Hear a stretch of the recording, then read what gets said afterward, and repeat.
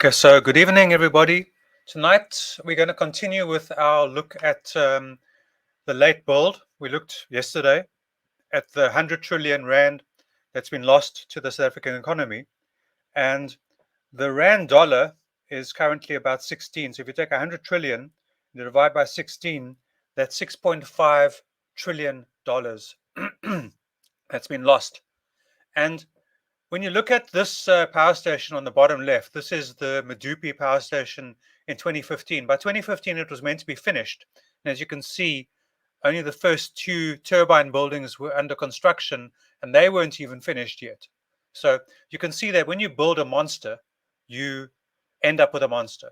Now we get told that coal power is really cheap, and gas power is really cheap, and oil power is really cheap, and making diesel and petrol and all the lubricants that your cars need is really cheap. And maybe it is really cheap. Maybe it is. I don't know, but maybe it is. But maybe there's something else going on. I mean, let's look at one of Eskom's existing power stations up in the top over here. This is one of their existing coal power stations. It's actually in the distance in this photograph as well, over there. This is from the Centre of Environmental Rights. They took these photographs some time ago, maybe 5-10 years ago. So you can see the smoke coming out of those chimneys there. And this is for the water, because the power stations use a lot of water.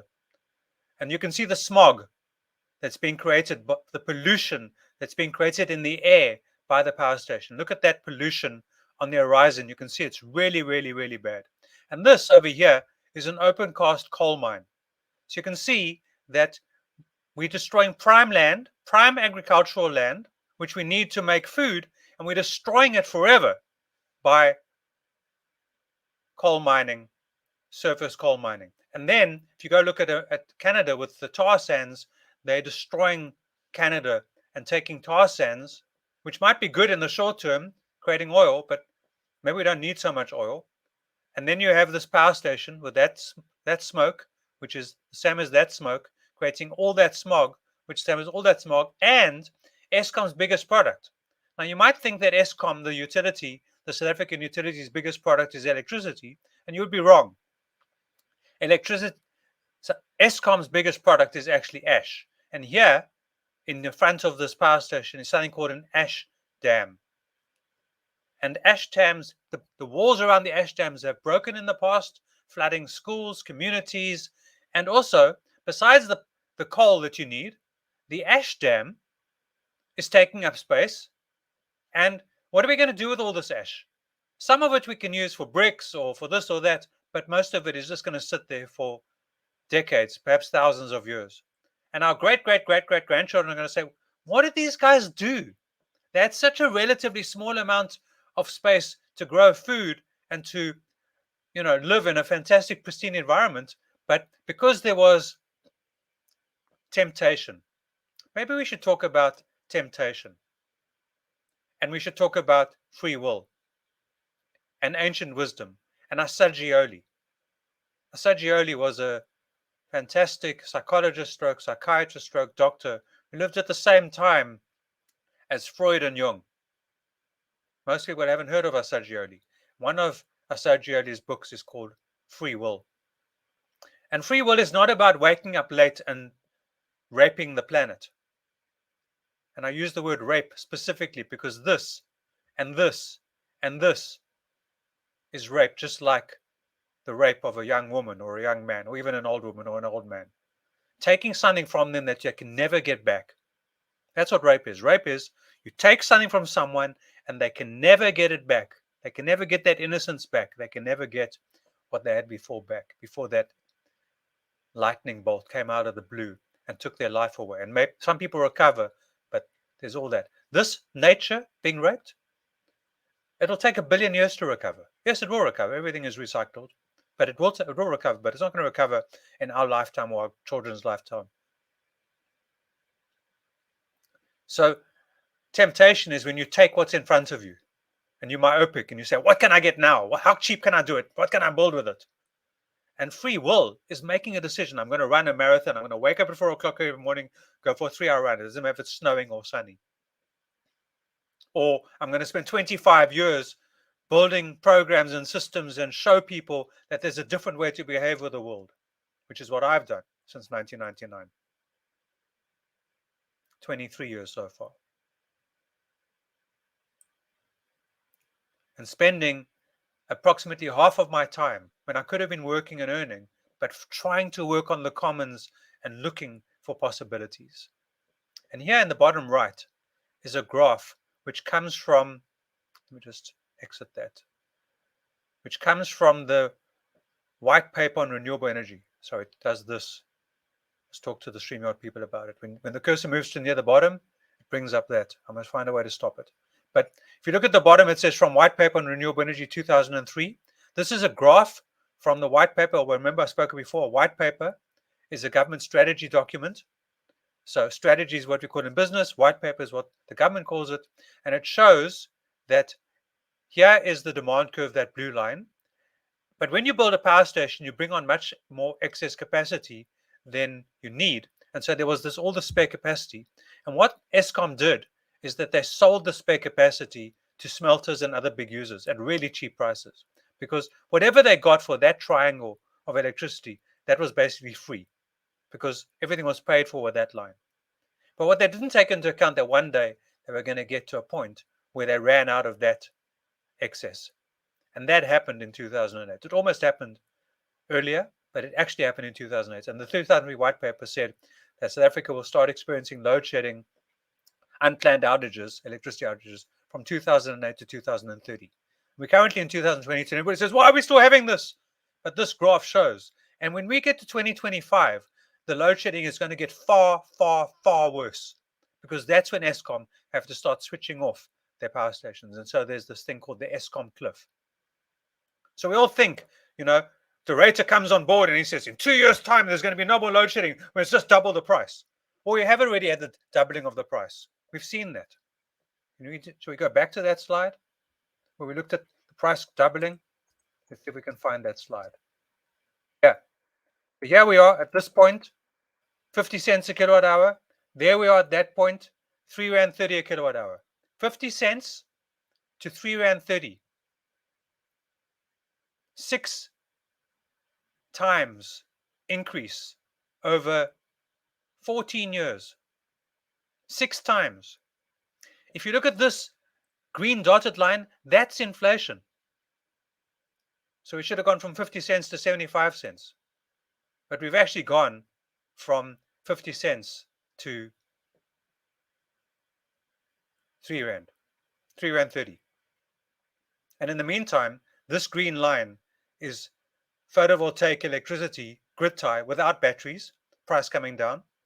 And this yellow-orange line is the approximate trend of grid tie systems with batteries, price coming down. And you can see what happens this year, that the battery price becomes equal to the homeowner price. And within the next 5 years, the battery price will be less than Eskom's production price. Now, I personally believe, let's go back to this other slide that we were looking at. I personally believe there should be, you can build 2 of these monsters, 4.8 gigawatt power stations. If you go back up here, you can see that there's the baseline of when we expect Medupi to come on. So here, Medupi, 1.5 gigawatts. Here, Medupi, another 794. Here, Medupi, another 1.5. Here, Medupi, 794. Medupi's finished. 4.8 gigawatts coming on stream, supposedly between 2013 and 2016. So that was when it was meant to be done. It was actually meant to be completed in mid-2015, but let's say 2016. Okay, so that's a really big power station. That's a monster that looks like this. Now, if we built I go and say to people, let's build a 100 megawatt power station, 100 megawatt coal power station. People say, David, you're nuts. It's inefficient. It's better to build. Amory Lovin said there's no economy of scale for building a coal power station above 800 megawatts. So in this case, each of these towers should have been a separate power station, not a big power station, because of all kinds of problems. For example, how do you can get the coal coming out of conveyor belt to that one, but how do you get the coal to that one, that one, that one, and that one? Then this one's producing waste ash, and that one and that one. How do you get that waste out of that power station in the middle? So I said, when they started having problems in 2012, 2013, I said, knock out that middle one and finish those two and those two, which means you can bring inputs, water, coal, all the inputs you need to this one and take out the waste. And on this side, bring out electricity. And then that one, you can bring in the coal and you don't have to worry about finding ways to move coal around and ash around. Just take the middle. And then we said, no, but we're going to waste 20 or 30 billion rand. I said, yes, we'll waste 30 billion rand, but we'll save 200 billion rand. Because that's called learning. When you learn, you waste some money, but you learn and then you don't waste it again. Here, we're wasting it constantly. So I said, let's build a 100 megawatt power station. And then once we build one, let's build another one. And when we build another one, let's build a third one. Let's modularize them. So all the components arrive. And within 2 to 3 weeks, we build a 100 megawatt power station. And every month, we produce between 1 and 4 100 megawatt power stations. If we did that, how long would it take us? If we produced one a month to get to 4.8, it would take 48 months. It would be quicker to do that than to do this. And probably cheaper. And we could do it in 48 weeks instead of 48 months.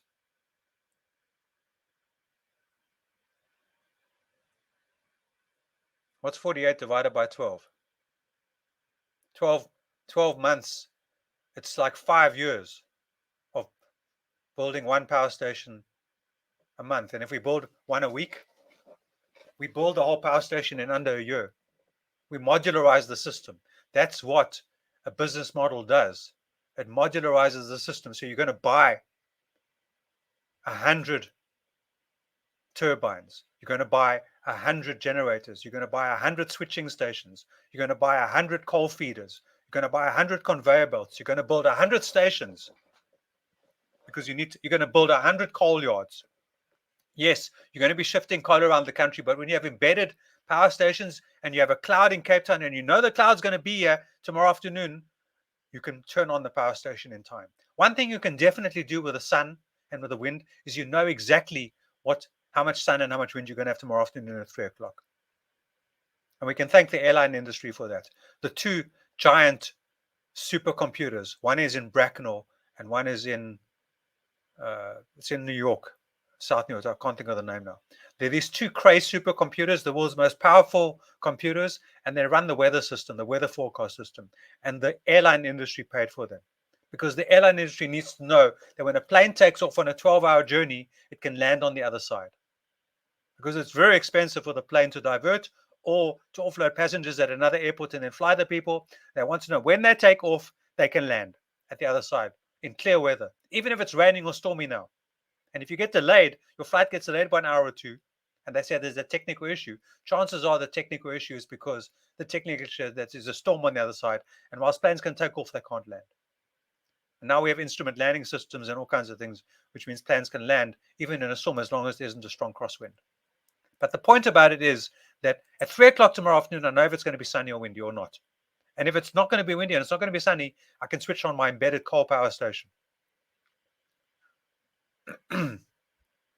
So yes, maybe it's inefficient to build a 100 megawatt coal power station, which can start by itself under its own steam.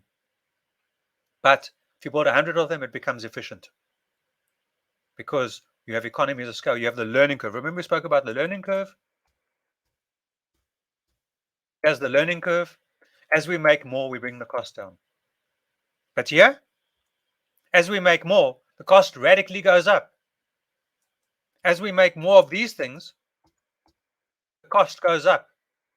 As we make more of these, the cost goes up. You've seen the cost went up 6.5 times in the past 14 years. The waste, the requirement for coal goes up. People are complaining about lithium mines. A lithium mine is tiny compared to a open cast coal mine like this that's destroying hundreds of square kilometers. And then you've got all this waste. And this is only the ash waste. What about the coal waste that isn't burnt? And what about all the other waste that comes out of this? And what about all the smoke that's sitting in the atmosphere that we're breathing that's causing us to have respiratory illnesses? I won't tell you about the latest one we just had for the past 2.5 years. The planet says to us, I can't breathe. and it sends humans a respiratory illness. Humans turn on the air conditioners and go back to their office building instead of saying, I learned how to work from my home office. I know how to do that. Yes, my children need to be educated. So we need to have a hybrid system for children's education, but every single office building worker must be working from home offices or in local pod offices if they want to be in community. So we've just spent 2.5 years learning a new system, and we just want to go back to the old system. And nature will send us warnings. One of the beautiful things about Mother Nature is a really caring mother. And a caring mother will send a shot across the bow, just like a nice admiral in his aircraft carrier will send a shot across the bow of his enemy saying, please, heave to, change direction, change course. And if they don't, they'll blow them out the water. Now, what's going to happen here? Nature sends us warnings. First, it sends people like me and Greta and Gore and hundreds of people like us saying, warning the planet, look after the environment, look after the planet, do things differently. Costs will come down if we redirect our money. That doesn't happen. Then what happens? God says, I've sent 50 messengers. No one's listening to them. He sends a respiratory disease. And everybody's suddenly at home. And the canals in Venice get clean. And there's penguins walking around on the streets in Cape Town. And there are coyotes on Golden Gate Bridge in San Francisco. And people in Mumbai who haven't seen the sky for 30 years. The one guy says, I can see the sky. And for the first time in his life, he can take his mask off because the air is clean over the cities of the world. And that's what happened in the first 3 months of lockdowns and lockouts. We learned how to clean up our act. We learned how to clean up the world. We learned so much.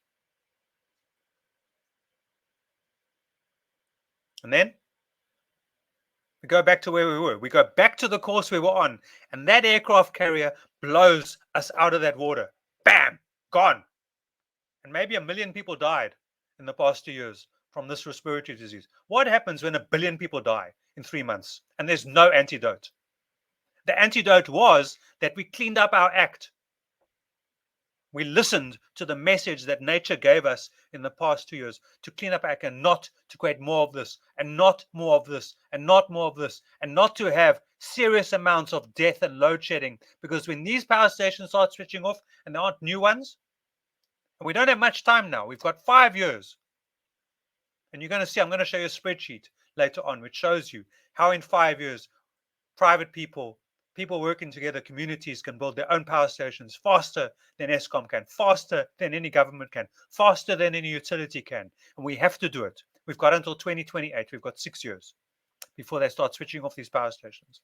And one more thing, this power station over here, when it was built, it had an EIA, an environmental impact assessment, which says, how is it going to impact the environment? And it's meant to have scrubbers in these chimneys to take out the pollution that goes out of the chimney. And it's meant to have all kinds of other pollution features in it. And those features haven't been put in. So technically, this power station, if it produces 1 kilowatt of electricity, it's outside its license conditions. And the National Energy Regulator and the Department of Environment should be sued because they are not doing their jobs by allowing this power station to produce electricity. And we were told that the electricity from this power station would cost approximately here. We were told that it would, the price of electricity would go from 50 cents to 1 rand, and that would be it. That would be enough for Eskom to be cost reflective. And now, where are we? We're stuffed. Cost reflective is a misnomer. It's a way of covering up. So we know what we need to do. We need to look after the environment. I came along, Greta Thunberg came along, Al Gore came along, even Barack Obama. In 2009, I was in America and I read about DREAM. And DREAM was double renewable energy in America in 4 years, Barack Obama's first term, and then doubled it again in the second term. But even if it doubled twice, renewable energy still only represents about 5% of total electricity production in the world. So still a long way to go. But pouring 100 billion rand, $100 billion a year into convincing lawmakers to allow coal when there's other alternatives, when we could have hundreds and hundreds of embedded 100 megawatt coal power stations to back up embedded solar and embedded wind and embedded biodigesters and embedded sewage mining and decentralized systems that are incorruptible, that clean up your karma, that's when we're going forward. We're saying, I can do it. I want to do it. I must do it. We go right back to the beginning. The very first slide. You remember it? All the way back then. Carl Sagan. He said, you're alive today for a reason. You are by accident or fate alive at an absolutely critical moment in the history of our planet. Do something. Join forces together with your friends. If you build your own PV system, great. If you join with 10 friends or you join with your community, you can save 30% of your electricity cost. And you can put electricity on the township next to you, give them free electricity and still save 30% of your electricity cost. When you have an abundance of electricity and you live next to the coast, as we do in Cape Town, you can desalinate water and save 70% of your water cost by desalinating the water. When you bring your electricity cost down by 30% and your water cost down by 70%, and you double or triple the availability, jobs start being created. Your petrol price comes down, your food price comes down, your health goes up, your quality of life goes up. How many times do I need to say it?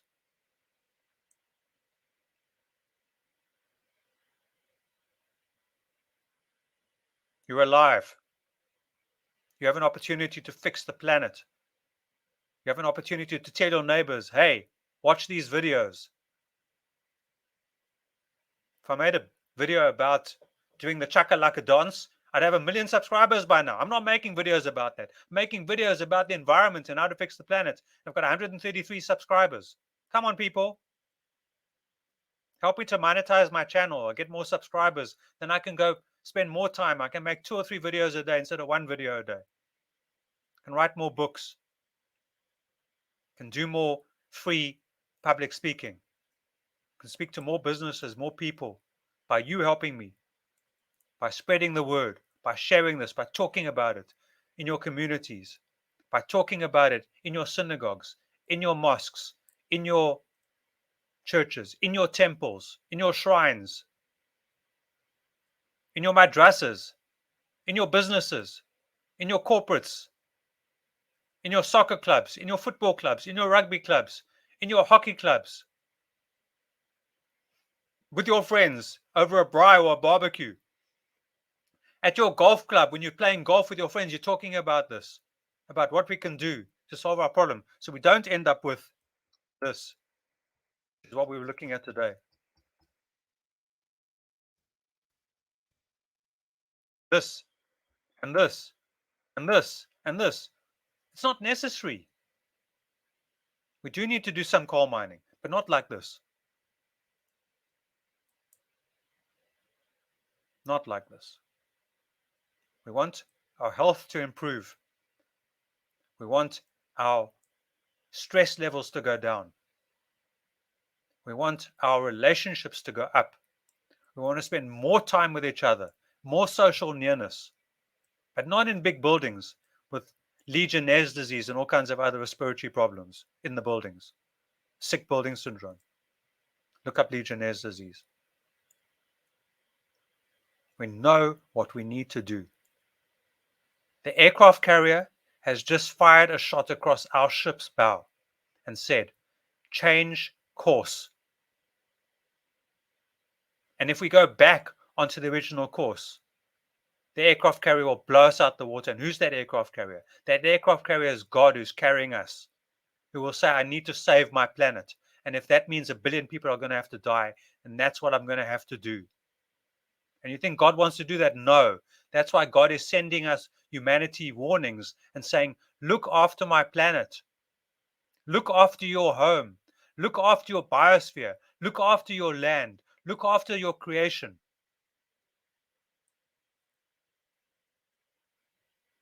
So that your cost of living goes down.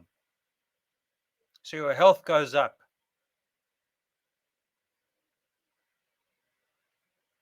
So you can live better. So you can become telepathic. And instead of going on Elon Musk's spaceship to Mars, you can go to Mars, or you can go to Arcturia, or you can go to any galaxy just by thinking about it. You don't have to wear a visual headset, VR headset, virtual reality headset to go somewhere. You just close your eyes and boom, you're there. Just like that. Beam me up, Scotty. Beam me up, Scotty is slower than your ability to go anywhere in the entire universe instantly. Okay, let's make it happen. I'm looking forward to your interacting, looking forward to your sharing, I'm looking forward to your comments, looking forward to your likes and shares and subscribes. And tomorrow night, we look at the next piece of the puzzle. Good night. Many blessings to you all, and good evening, good morning, good afternoon, wherever you are in the world. Thank you for watching.